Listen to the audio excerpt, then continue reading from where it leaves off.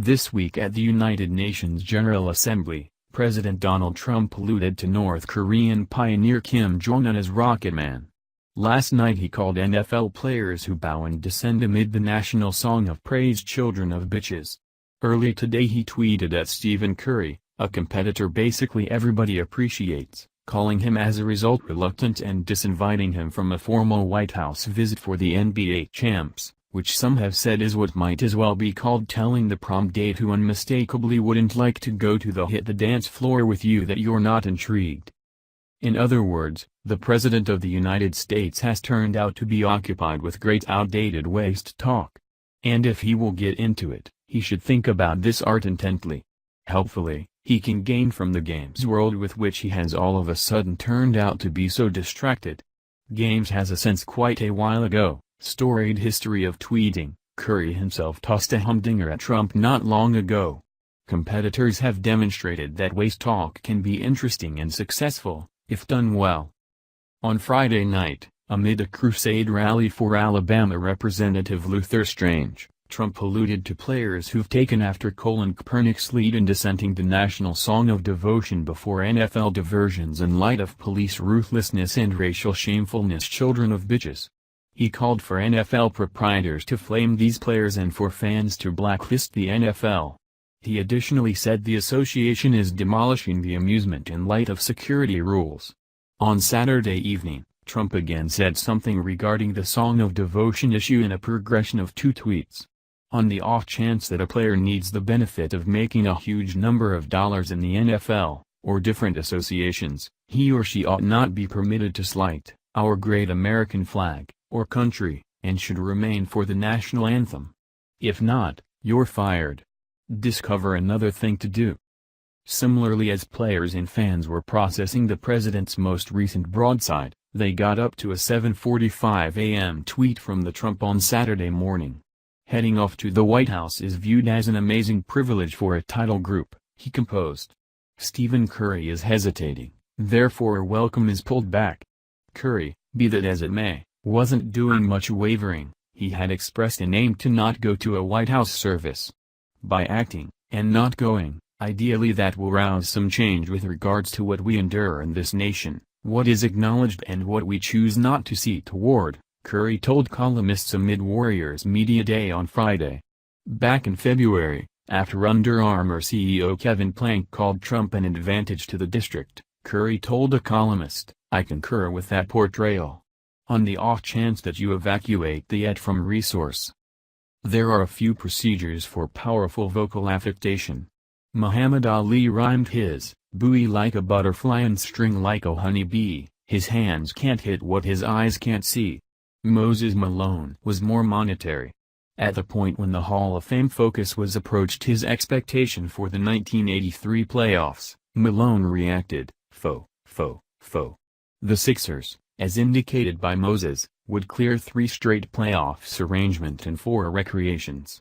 He was off by only 1 diversion. Philly went 12-1 on its way to the title. Richard Sherman showed the influence of amazement.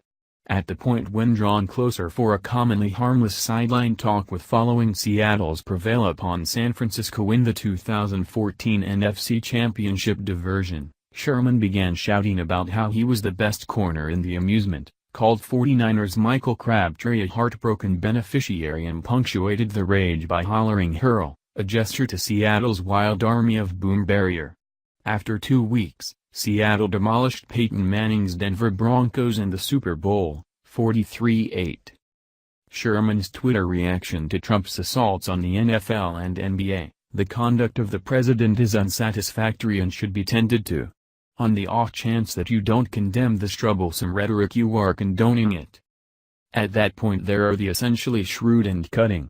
In a broadcast talk with NBA star Kevin Garnett once gave cherished TNT journalist Craig Sager, known for his blinding fashion of decisions, a little guidance. "Today around evening time, I am worrying to you, you take this outfit home, and you copy it."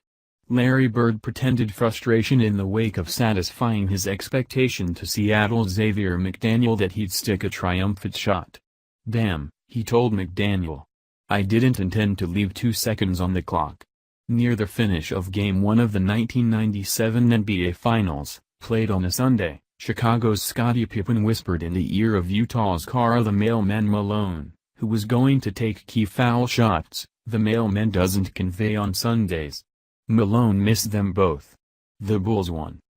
Trump could even swing to one of his most loved NFL groups, the New England Patriots, for trolling tips. He's over and again gloated about his fellowships with Pats proprietor Robert Kraft, mentor Bill Belichick and quarterback Tom Brady. After previous New York Jets mentor Rex Ryan was found to have somewhat of a foot obsession, at that point Pats wide collector Wes Welker made 11 references to feet in a question-and-answer session before a Pats-Jets playoff amusement. "We're going out there being great little troopers. It's a playoff fair and you can't simply stick your toe in the water." Even Belichick, known for his dismal open persona, can toss great shade. He represented numerous this week when he responded to the arrival of Tom Brady's new book on the solid TB12 way of life and eating routine. "We see Tom consistently," he said. "I don't generally feel like we have to peruse a book." Indeed, even mothers of competitors have an ability for junk talk. Teresa Kaepernick, Colin's mom, presented a brief reaction on the president calling NFL hymn protesters children of bitches. "Figure that makes me a pleased bitch." The lessons here? For one, pick targets shrewdly.